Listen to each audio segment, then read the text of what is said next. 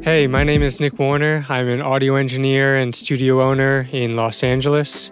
And today we're going to be going through a time lapse of me building this studio that we're in right now. It's about 4 or 5 weeks condensed down to an hour. So I'm going to be talking about some of the decisions I made and the build process. And I hope you learned something along the way. Okay, real casual, gonna watch this time lapse together. This is my first time watching it back as a whole. And a little before and after, this is the garage. This is where I decided was the best room in my house to make the control room. Definitely not ideal, but was the best choice. Lots of work to do, huge messes around, and there's the finished product, more or less. And we'll get there. First step was to cover up this nasty floor. And we did that with epoxy. There's me and my friend Evan. He gave me a helping hand.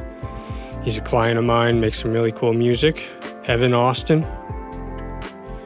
Taken down the garage door mechanism. I don't know what you call it. You know, the motor, the track. And sealed up the main door so that all the cracks and stuff didn't let bugs in, but also tried to eliminate any cracks for noise. And the first step is to make a legitimate wall, somewhat legitimate wall, blocking that, and that's what you see us building and putting up there. Tried to use a lot of reclaimed wood from some of my past projects.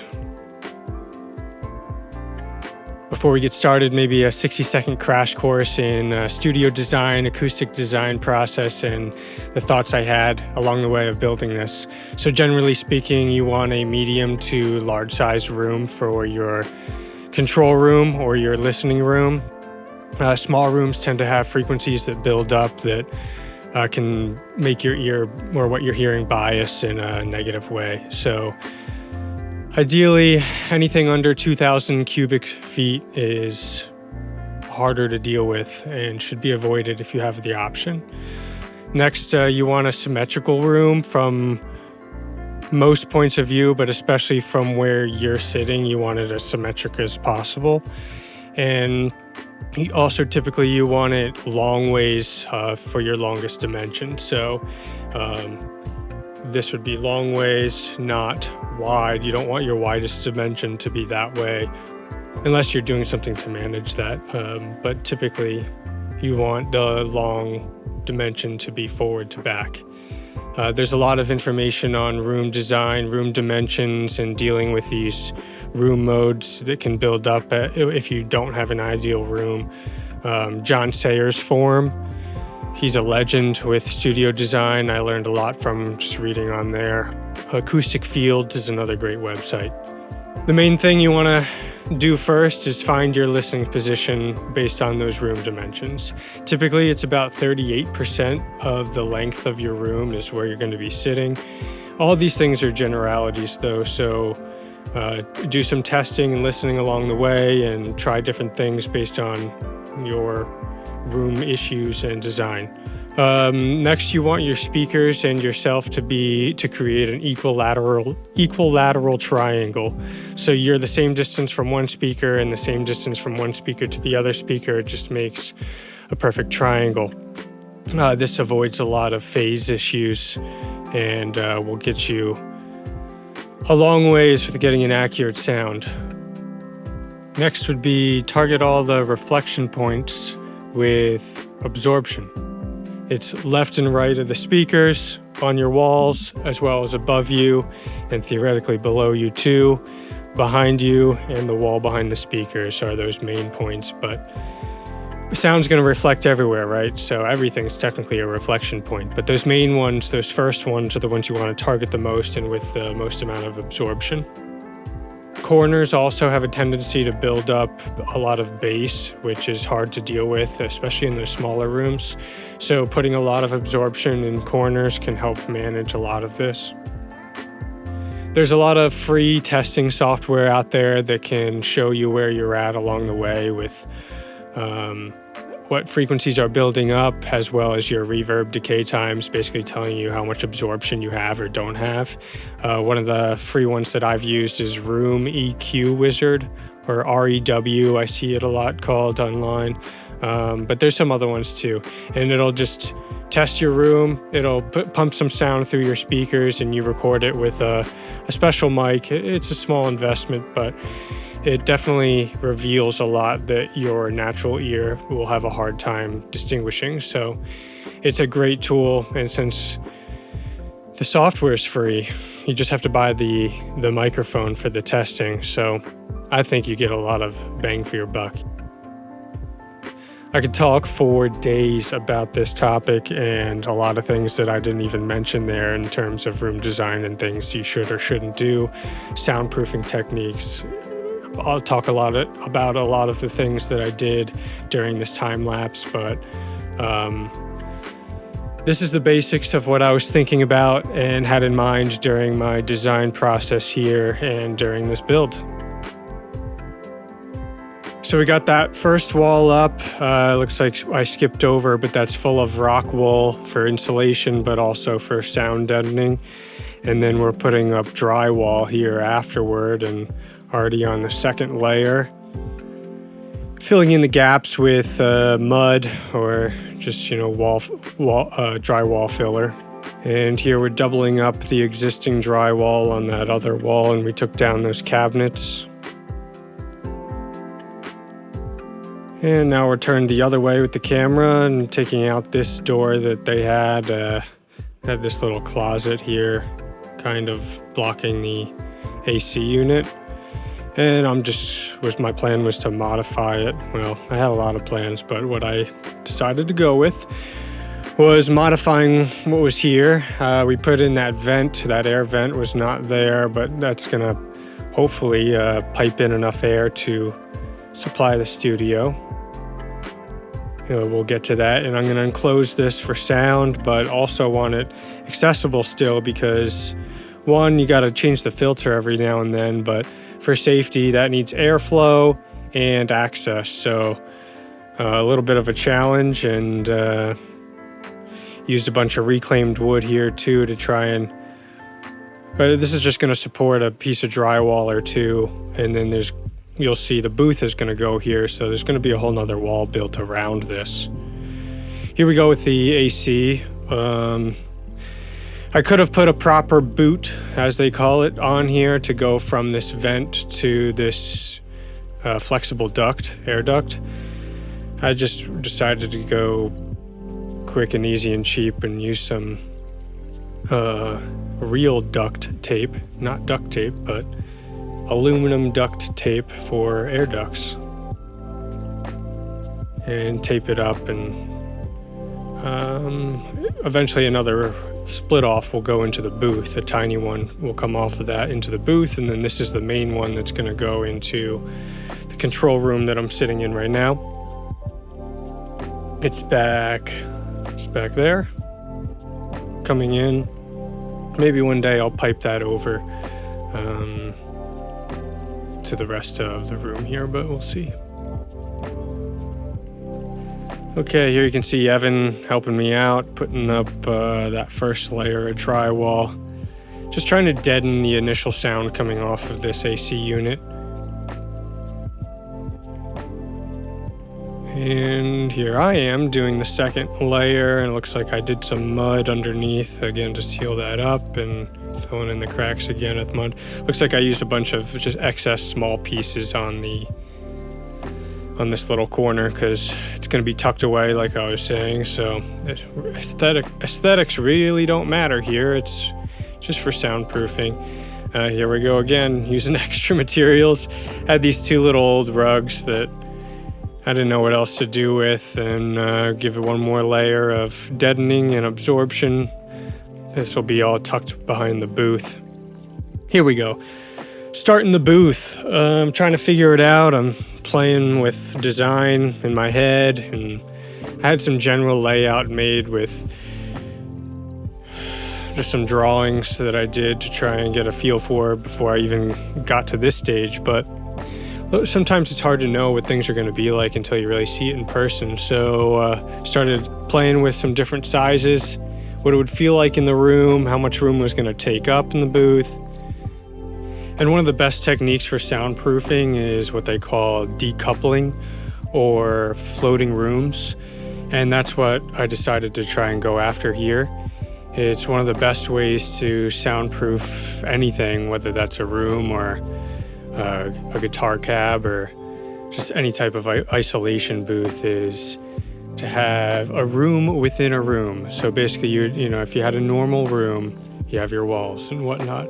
So then you would build another room inside that room with the same type of normal wall construction, which is, basic wall construction is just drywall one side, 2x4s in the middle, maybe insulation in there too, and then drywall on the other side.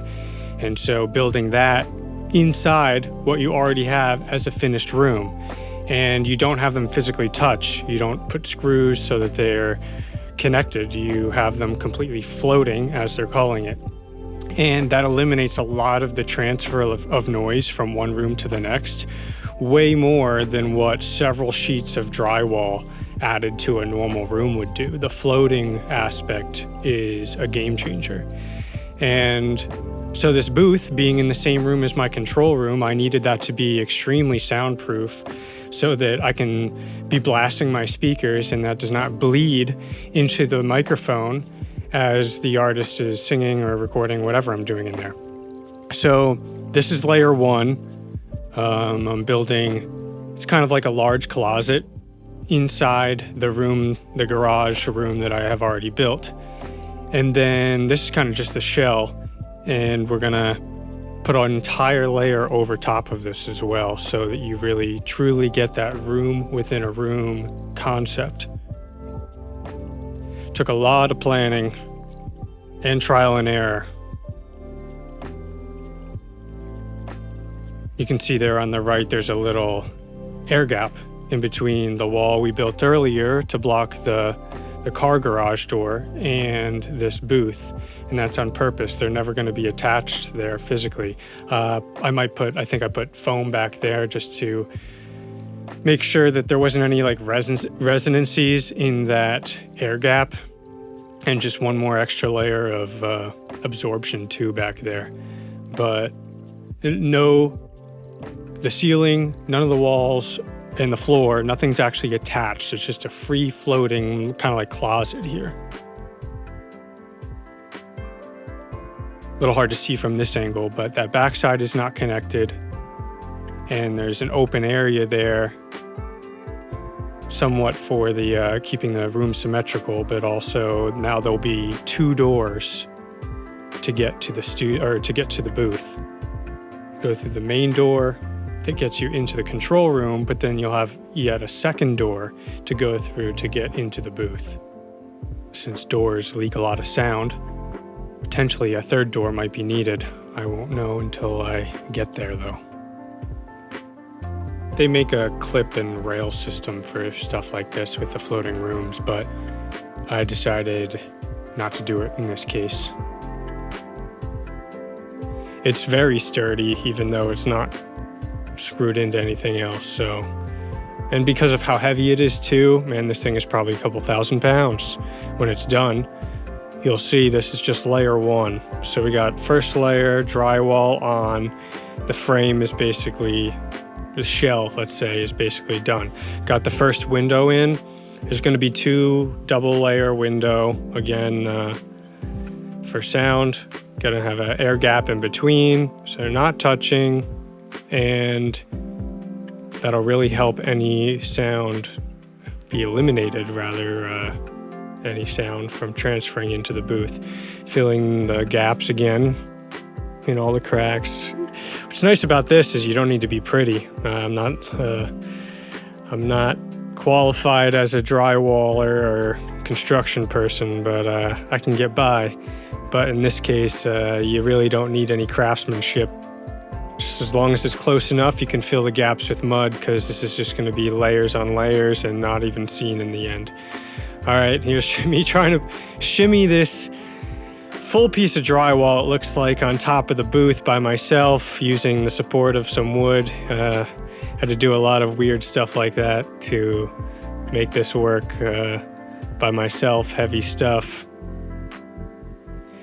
But it works. Look, I got it up there, not too hard. Now I think I'm securing that from the inside right now. Since I have that inside-out frame, I've got the wood already there. The drywall's just not attached on the ceiling, so I can screw through that drywall or through the wood into the drywall to attach that securely. And here I am doing lots of pondering, trying to figure out what's the best plan here. What's the best plan?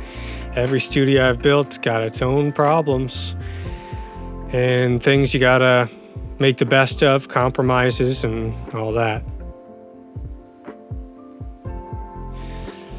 Okay, looking like getting the first layer of MLV, mass-loaded vinyl. This is another good trick to save space for soundproofing. It's very heavy plastic. Think of like, I don't know, it's almost like a rubber, but very flexible, as you can see, and I'm just tacking it up with a staple gun.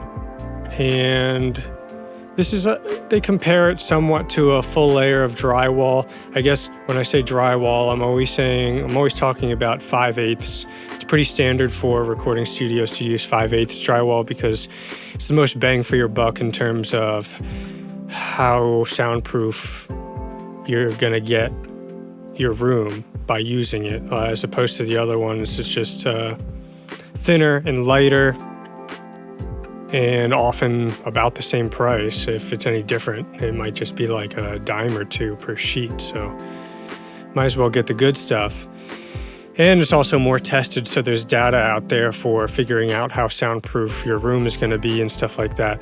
So what I was going to say is MLV, mass-loaded vinyl, is pretty equivalent to a normal sheet of drywall in terms of soundproofing qualities.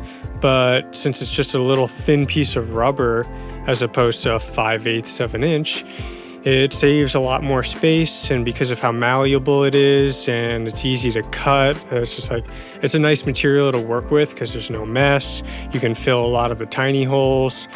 And since you can just staple it up, it's way easier than screwing and making sure that you don't strip into the drywall, in which case you just have to recut that piece. It's just easier, but it costs more money.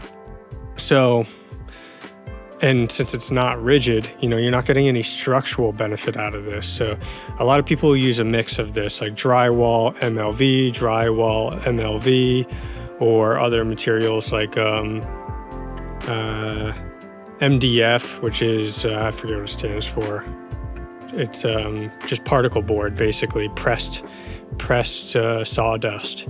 And that's used in like cabinetry and stuff like that a lot, IKEA furniture. And that's pretty good for your bang for your buck too, and it switches up the type of material. Speak of the devil, I almost forgot. I used doors made out of MDF for this outer shell of the booth as my room within a room. Mainly just because I had tons of this material laying around, and since this is 1.5 inches, I think, MDF, and is very rigid because of that. So you don't need 2x4 to support this. You can just screw it into itself and it's going to be fine, and just as good, if not better, sound properties than your normal wall. Here's a quick shot of the inside. I didn't do too much of that, but this was a tiny gap. I ran out of rock wool, so I filled this one with a few layers of packing blankets, which is a good alternative. Not the most ideal either compared to rock wool, but it does have advantages too. Kind of like MLV, it's very easy to work with. A packing blanket isn't going to peel apart on you or make fibers all over, but rock wool, as soon as you start to work with it, it's going to start to fall apart, and it can be messy and annoying, and it's not going to stay in its spot, and you couldn't staple it in like I just did. So That's why I used that there. And then here's me trying to figure out how I should do this. Scratching my head, trying to figure it out.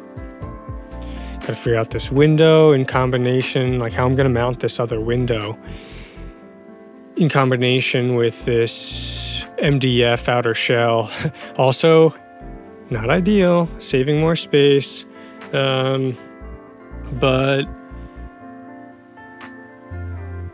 because it's unconventional, it's kind of there's less information of like how to properly put a normal window because no one's doing it like this. So the proper way is not going to work for me here. Kind of have to figure it out myself. I did end up using a whole nother 2x4 layer. The reason being, one, just extra support. I mentioned it wasn't needed, but I just wanted it to be super sturdy so that this thing was rock solid. And then the other reason was, we'll get to it, but I did fill the in-betweens here. The air gap is actually just filled loosely with rock wool. And for sound deadening, soundproofing, but also I think this probably had a nice dual benefit.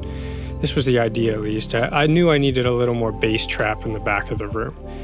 And if I put drywall here, like you probably normally would, building a normal room, it's gonna bounce a lot more, I think.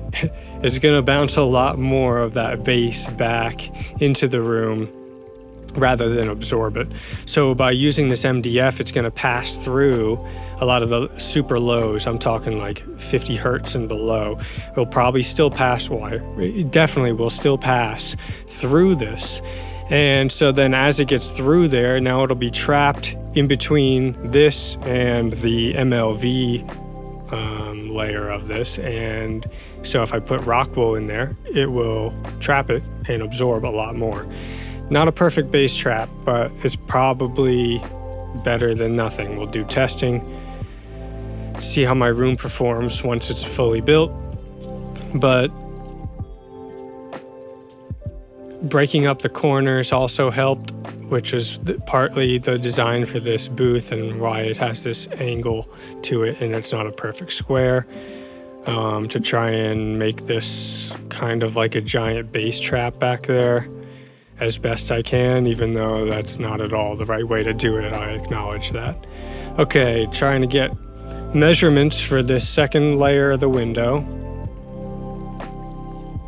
Oh yeah, that's another reason why I did the 2x4s. I just felt like that'd be so much easier to figure out how to mount that window in a nice, secure, soundproof way, seal all the edges and stuff.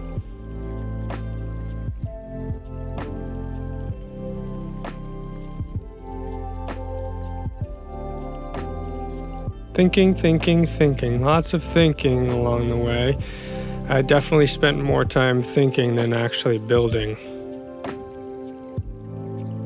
But hey, proper planning goes a long way. And to be honest, I could have planned a whole lot more. In hindsight, there's a lot of things I missed that I wish I would have done. Maybe I'll figure out a way to still do some of them, like running some power cables. I should have done more or left an easier way to do that, stuff like that. I can still do some of that now, but it's just a lot harder. Next time, I'll make sure I plan a little bit better for that. Okay, so I've never done this part before, making a slanted, tilted window. I was pretty nervous about this room design with having a straight reflection on this window here, meaning not just a visual reflection, but way more concerned with the reflection of the sound. So a lot of studios, to cope with that, they'll do tilted windows, and I thought this was the right opportunity to do that. So I made a basic frame out of plywood that would then house a yet smaller frame that is this pre-primed white wood. And I mitered that, or cut that sideways so that at the angle that I wanted. Trying to remember the angle that I did now. I want to say it was 15 degrees. I forget. There's an angle that you should go at least that angle or more to reflect stuff away from your ear. Of course, it also depends on where the problem spots are and like where you're sitting, in this case where I'm sitting right now in relation to the window. But I decided to just bounce bounce the sound to the ceiling because I have a lot of absorption up there. So then the idea is that instead of tilting down, you can tilt either way.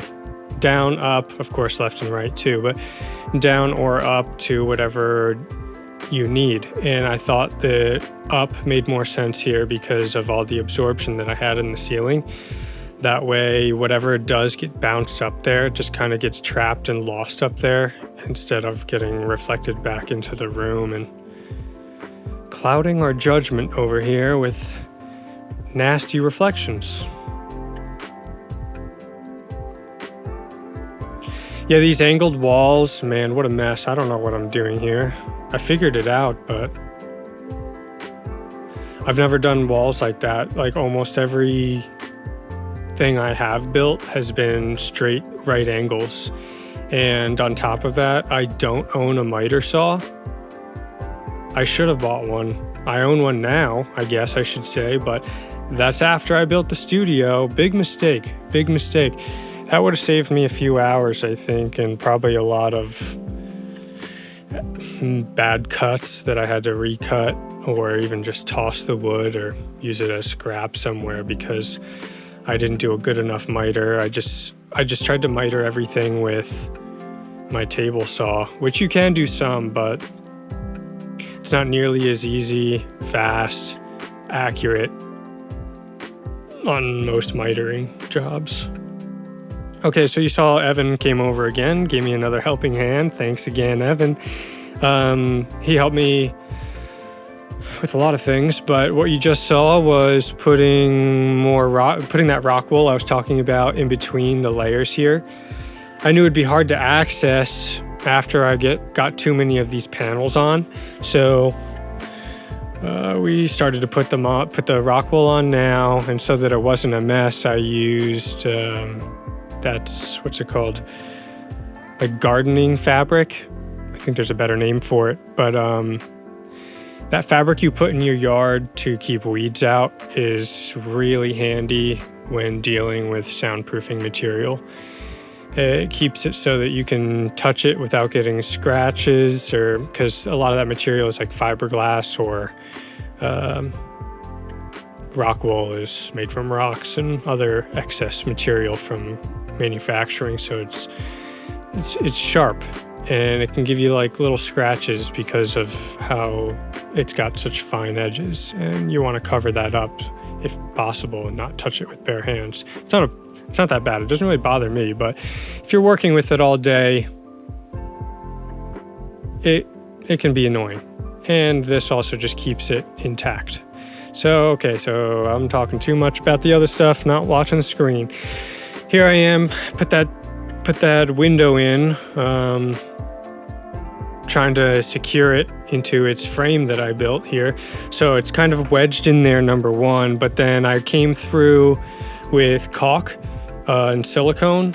So for dual purpose, one, it'll keep it in place, keep it nice and secure, keep it from moving, and two, it seals up all those edges for sound again, so no sound is going to leak through any of those seams. And I take an extra measure, I think I got it on video in a bit, where I do a whole nother layer across those seams so that it's got its own double and triple wall in it, so that those windows are very soundproof. I didn't want that to be a weak point. Usually windows and doors are the weakest point in soundproofing a room or soundproofing an area.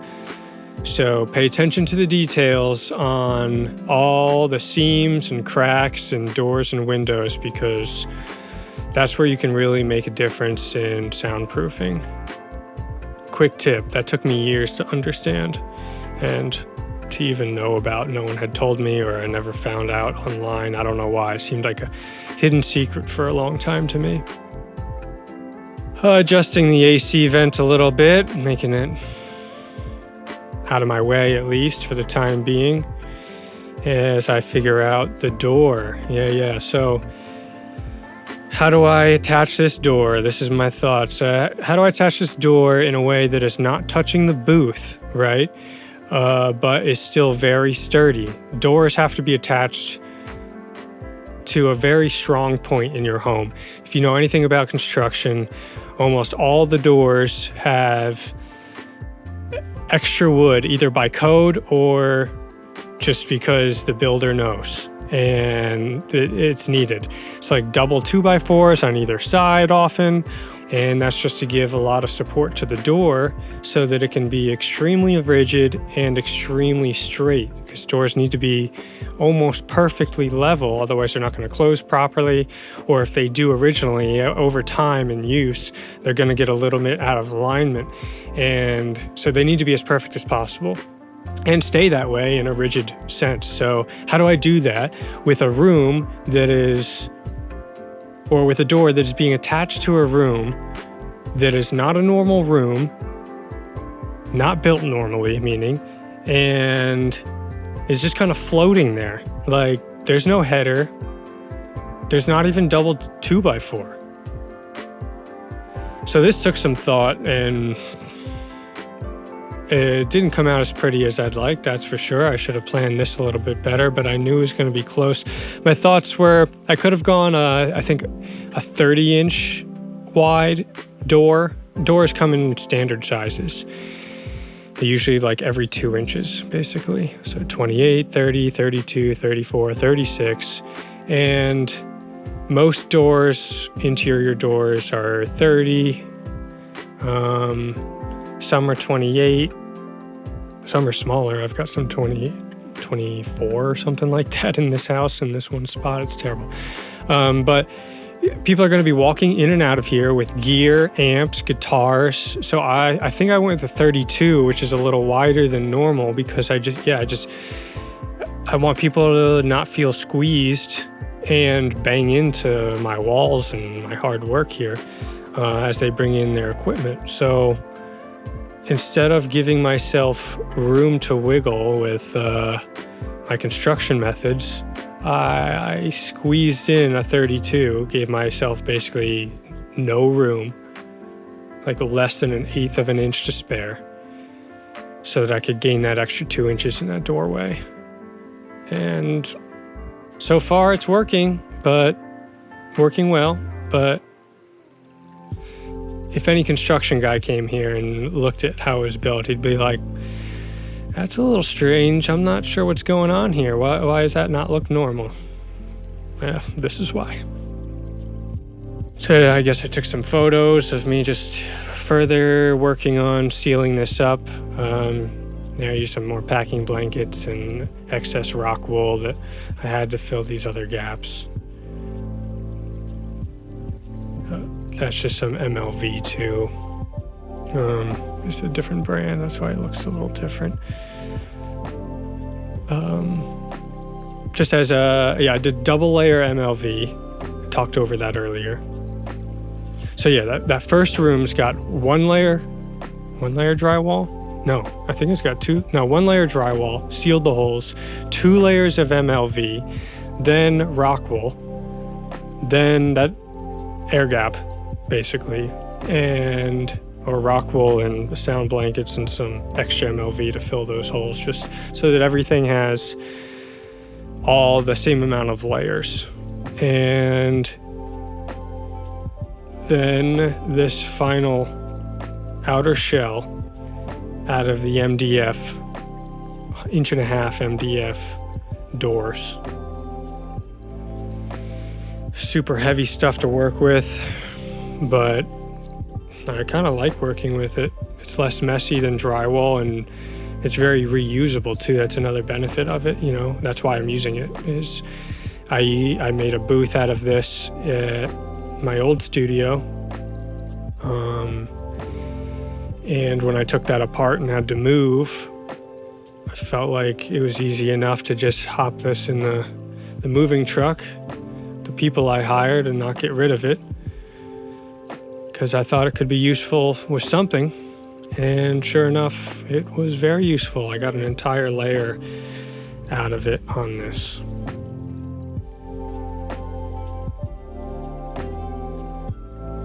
A lot of people prefer the wood over drywall as your wall and ceiling surfaces because of the way it sounds. Just a little more lively, like a little more whole. I don't know, it's a little hard to explain until you experience it.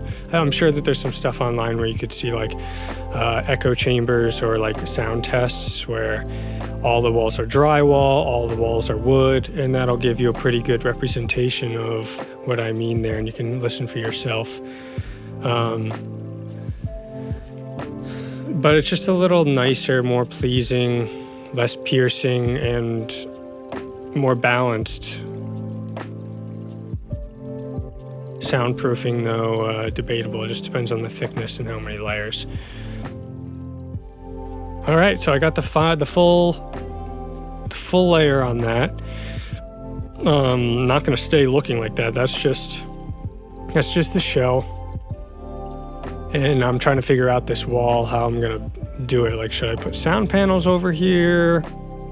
I mean, I know what I need to do for sound to make it sound good. But it's not all about sound, right? It's also about the way it looks and the vibe for people. You know, getting people in the mood to make music is a real part of this job. And setting a good, professional, cool environment, whatever that means, is part of it.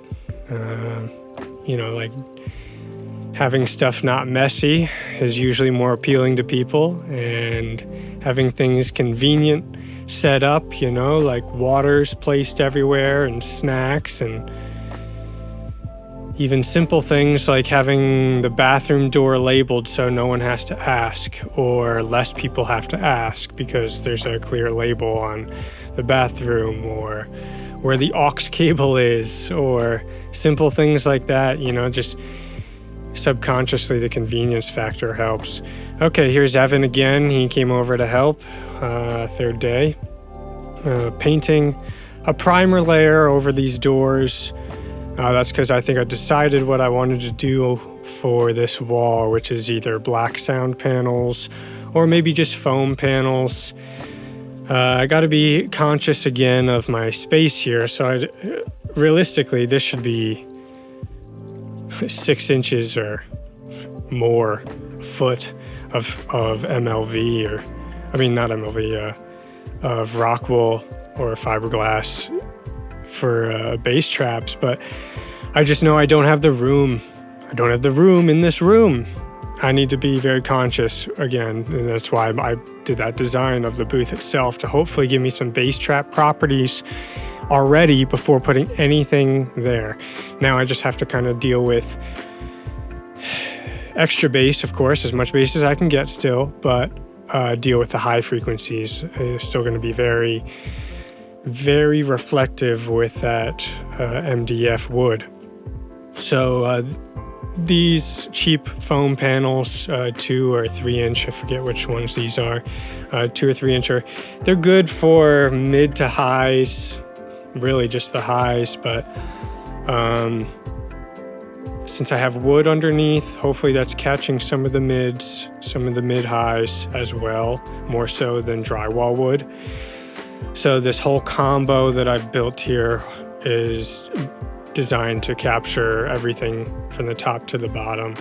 And I did mix it in with some thicker materials too, because I knew that this wouldn't be enough for those bass, but again, limited with space. So this back corner where it hits the crate wall, I start to get some thicker rock wool and fiberglass stuck back there to get more stuff tucked in those corners. And maybe earlier you also saw that the booth had a full layer of fiberglass on the ceiling, like 4 inches or so above. So that whole top should act as a pretty decent bass trap as well. Still not designed properly as a bass trap, but you do what you can, right? All right, so we haven't seen this side yet. This is the other wall with the window, clearly. I'm just priming it. I did, I guess I didn't show it all, but we did a full extra layer of drywall on that for soundproofing. I live up on a hill, so the noise isn't too bad, but one layer of drywall, like normal wall design, is just not that great. You know, loud stuff that happens outside still comes through, and it's just nice to have that blocked out. Got cats hanging out. More priming, more painting. Became a pretty good painter after all the renovations in my house and the studio. More painting. Lots of painting. Ceiling, walls. Had to redo some stuff. I think I got that on camera too. I decided to do one color, and halfway through I was like, you know what? I don't know if that's the right choice. And then I switched it up. And then now in hindsight, I think I would have gone with that first color. It would have made it easier after all. Here's what I mean. Yeah, so I painted this wall white. And I was like, halfway through, you know what? I think it makes more sense to make this black. Because I didn't know what my front wall was going to be yet.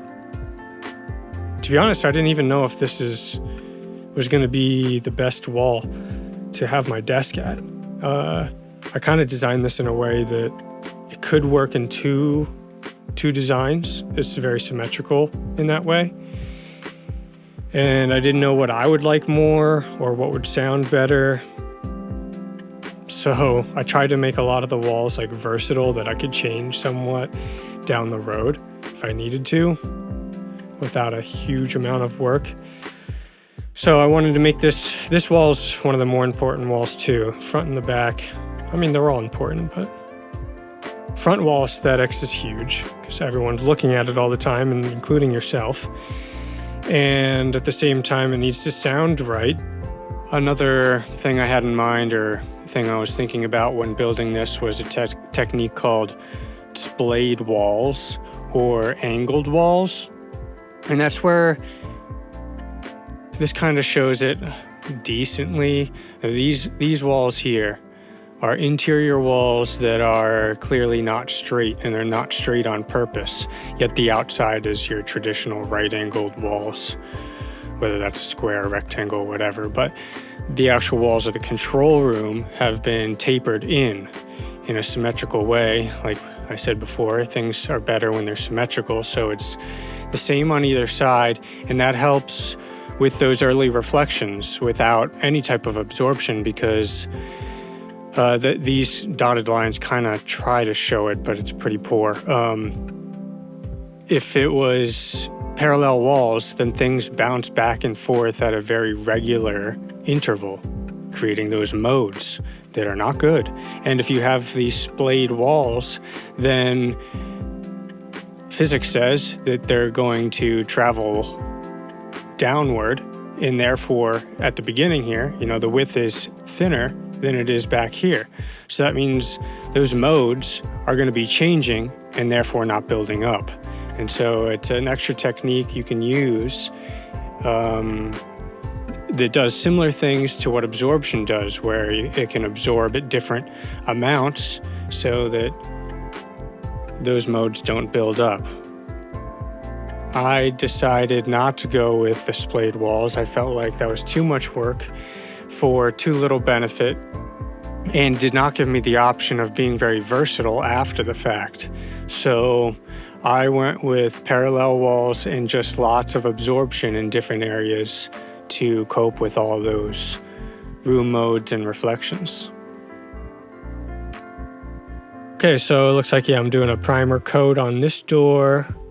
They come primed with this off-white color from, I think these are Home Depot or Lowe's.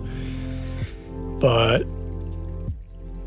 even if they say they're primed, but they're not really. I mean, they soak up so much paint that you still have to do your own prime coat, even if you're doing white like I am.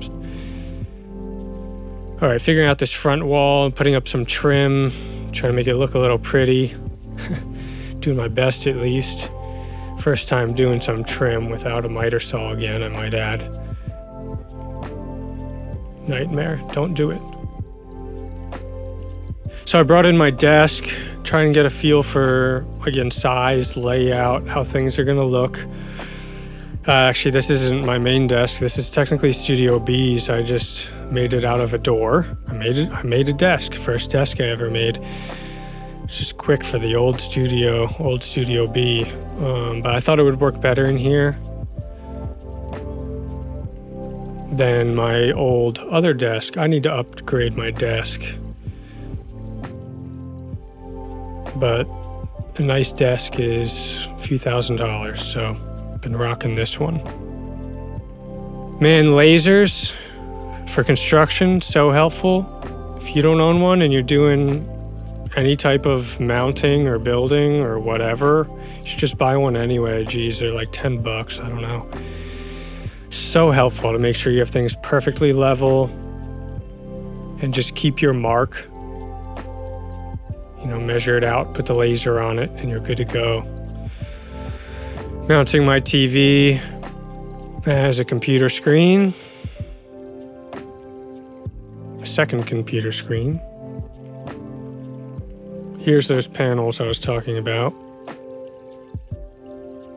I kind of messed this up too, the first time doing this, but like I said, you learn, you just got to do it. This is where, you see, okay, so the panels are white, right? Yet I painted the wall black. So then, like, if I don't line up those seams perfectly, that black is going to be shown. Cat love, there we go. But the sides of the room are going to be black, so that's why I was like, maybe it makes sense to be black, because then it'll hide everything behind my panels. Make it look really nice around the panels. Sound panels, not these panels. Ugh, lots of panels. These panels are just for looks, really, not for sound. Then I have these giant bass traps in the corners that are 8 feet tall and 3 or 4 feet wide each. I got 2 on each corner. Gluing these on too, so it's like there's no going back. And I should have gone back because I mismeasured by like 3 inches. They say measure twice, cut once. I feel like I measure like 5 times and somehow I still get it wrong. I'm paranoid about it, and yeah, I still got that wrong by a few inches. If you look hard, you can notice it, but I think I covered it up with how I designed the rest of the room. Clip of building some more sound panels. Man, have I built a lot of sound panels. Looks like I'm doing a double wide, regular 3-inch thick rock wool here. And there's that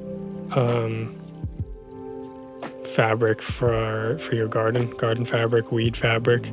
Stapling that in, keeping it nice and tidy. It also helps the rigidity of the frame too. You don't have to do as much supports and extra wood and angle screws and stuff like that. Just because that tension of the fabric actually kind of holds it in place. So I found that kind of nice too. I've often gone back and rebuilt a lot of my old panels that didn't have it and added it afterward just to make it easier to work with and higher quality panel. About half of mine are homemade. If you're handy, you can do pretty well with any panel that is not going to be seen up close and personal. You can get it really good. But if you're not very handy, I would say just buy them. All right, so this is one of the clouds. This is a huge one. I think this is like one of the biggest panels I've ever built. This is an interesting one. A little bit of a challenge. Didn't even know how this was going to work, but went with my normal methods, just upscaled. Few tweaks on it. I did this stretch fabric over for the final layer, so that I didn't have to worry about any wrinkles. Did a white layer first because that stretch fabric shows through when you stretch, so it's almost like a primer layer of fabric. And then the stretch made it pretty easy. It's only 3-inch thick rock wool, but the plan is to do that so that I can get lights to hang in between the ceiling and my panel and shine through. But realistically, you're going to want more than that, or thicker than that, for your cloud. So what I did, which you'll kind of be able to see later on, is I put more layers of rock wool and fiberglass up above, sitting on top of the panels that you can't see. So most of the panel ends up being like 6 or even more inches thick. But then just on the edges, it still only looks like it's a 3 or 4 inch panel. I think I'm using 4-inch wood, but it's 3-inch rock wool.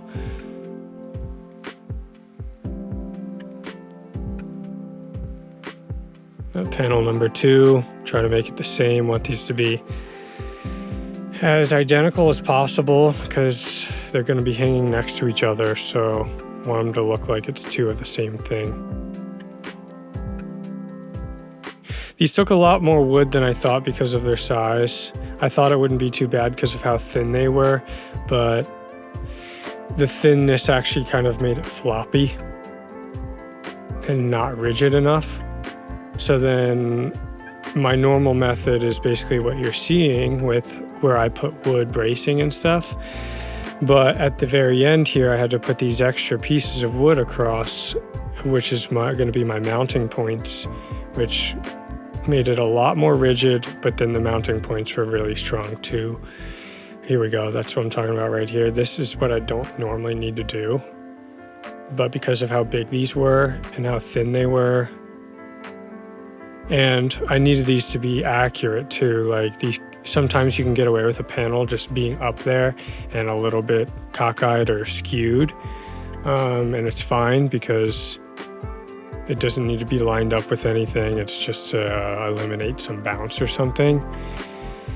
But in this case, it needed to be parallel and perfect with everything. So looks like I didn't film it, but I painted that desk black and remade the legs actually to make them stronger and look nicer, since this is going to be the main studio table for now. And now I'm marking out, measuring the ceiling for those giant panels that I was just making, trying to find those exact mounting points that make sense, that would look right in the room. Man, this took a lot of measuring and remeasuring and measuring and remeasuring, not just to make sure that I got it right, but also that it would look good and work good. Look good, work well, right? That's the way I say it. And I knew this could be some trial and error too, so my ceiling mounting points, I didn't just screw straight into the ceiling. That way, if I messed up, I didn't make too much of a mess and damage. So what I'm doing right now is I'm measuring and cutting little pieces of wood that I'm going to screw into the ceiling in where I think is the perfect spot to make it as perfectly parallel as possible and straight. But I know that there's a good chance that I could be like a centimeter off or 2, and I want to give myself some wiggle room. Or even if I made the panels a little bit off, then if I measured this perfectly, it's still not going to hang right. So I wanted to give myself some wiggle room here, and another benefit of this is then all the weight of these panels is not just hanging off one screw in the ceiling.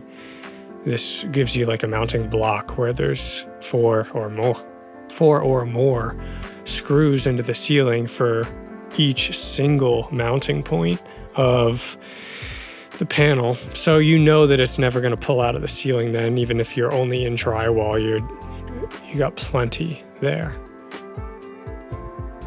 So I got my first 4 in. I'm hanging these with just some eye hooks. You saw me using some chain just to inch it up because I couldn't lift it all the way up there by myself. I don't even have a ladder really that could be my other side that's tall enough to wedge it. So just put it up in pieces and slowly shortened it and into position. And I'm mounting the other one. The other nice part about these giant ones is it covered up that outlet and a little blemish in my ceiling there. You can't really see it. I guess you can on camera right now, but in person you can't really see those. And it covers that up quite nicely, so I didn't have to fix those. All right, here we go. Now I'm stuffing in. This is got Echo C-Tex. It's basically like ground up denim and newspaper that has been fireproofed and made for insulation and soundproofing. And what's nice about it is that it is not scratchy. You can use it with bare hands and not worry about any scratchiness or having to wash your hands later. And it's quite rigid too, so it keeps its shape. It's not going to fall apart on you. It's more expensive though.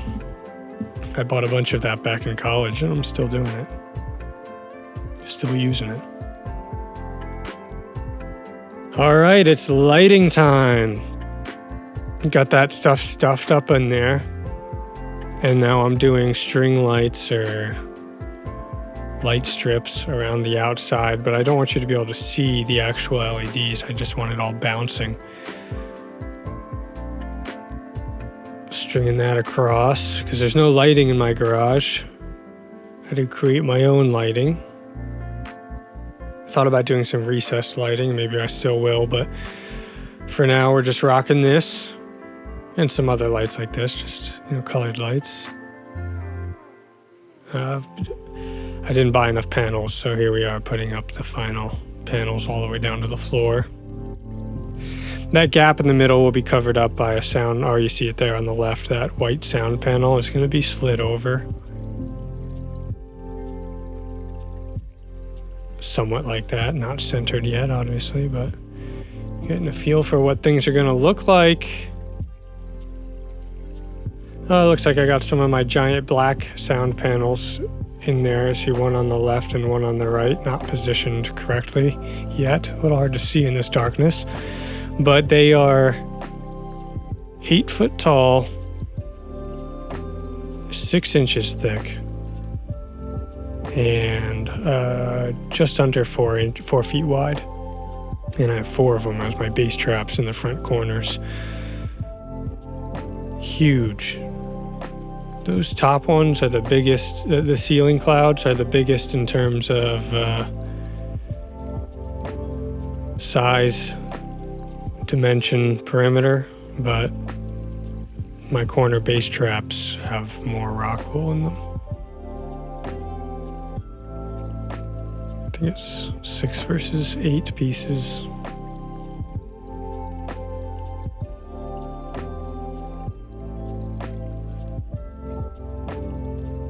Man, watching at fast speed like this, it's a little disco party when they're changing colors, but in reality, they're going quite slow. It's a slow change. Disco mode.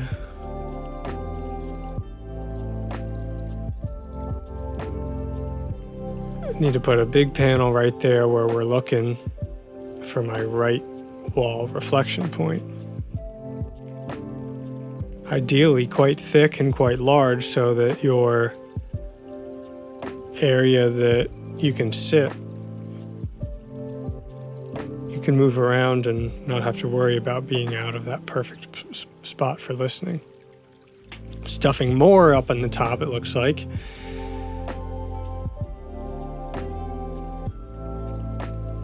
Ooh, the rug came. I wanted one a little bit bigger than this, but they were out of stock. They made the same design, but a few feet bigger. I knew this would be a hair small.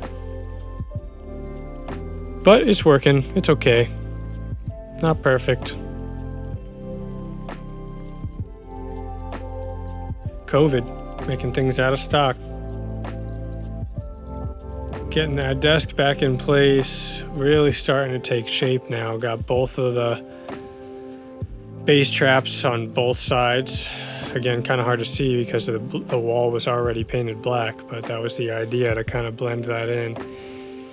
And there I am, just putting more fabric on the back side of this so that there's... Oh, I decided to go with white, actually, after all, because I wanted the light to reflect a little bit more. Even though it wouldn't be seen physically, it'll reflect those colors a lot nicer than just being black. It'll absorb and you won't even see the lights.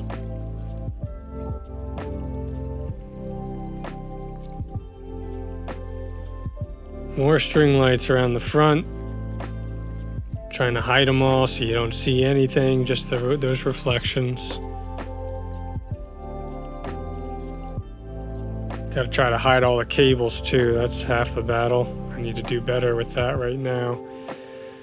Still a bit of a mess back there behind the desk. You can see me scooting it to the side. Kind of see the panel now a little better.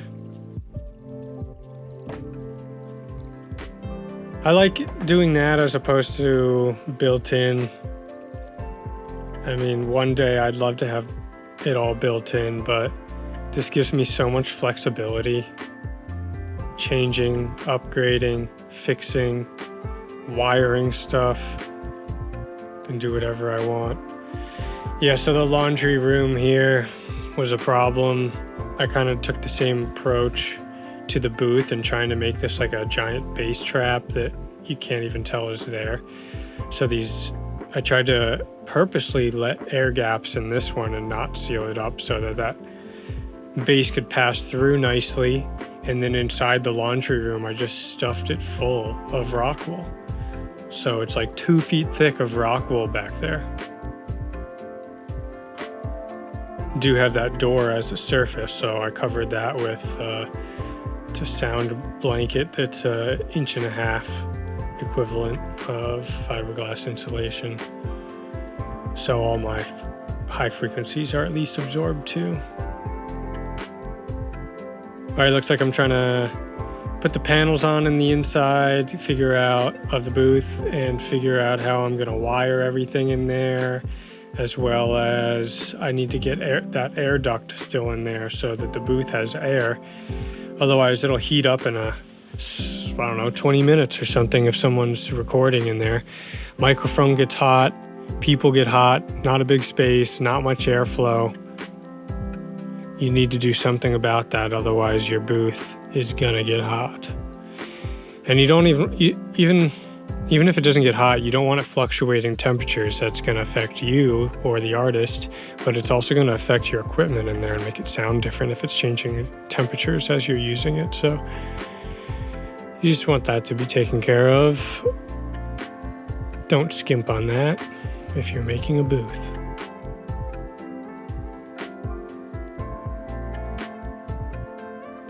It's hard to get the camera in there to really see what's going on. I think I did a video later on of more finished product.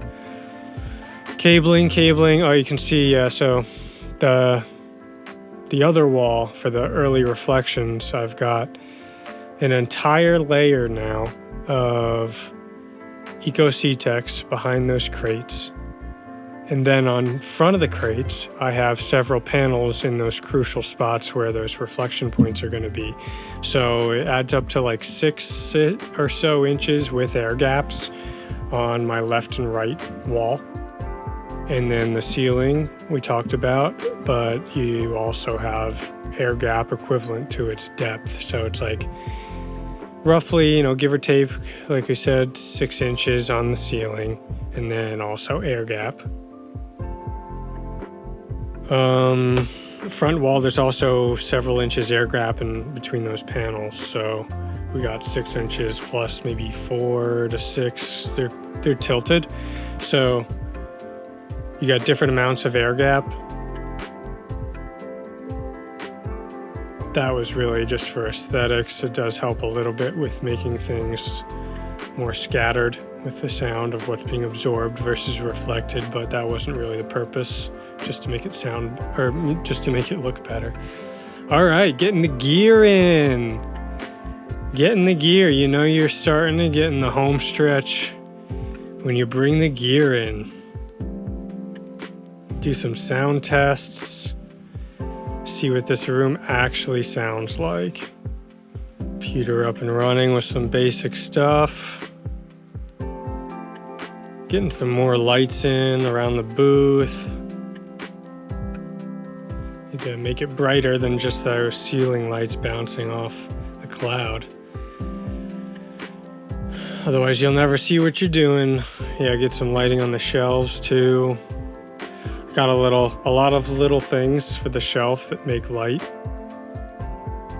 Not really for the purpose of making light, but just so that it looks cool. But it does give off some ambient light too.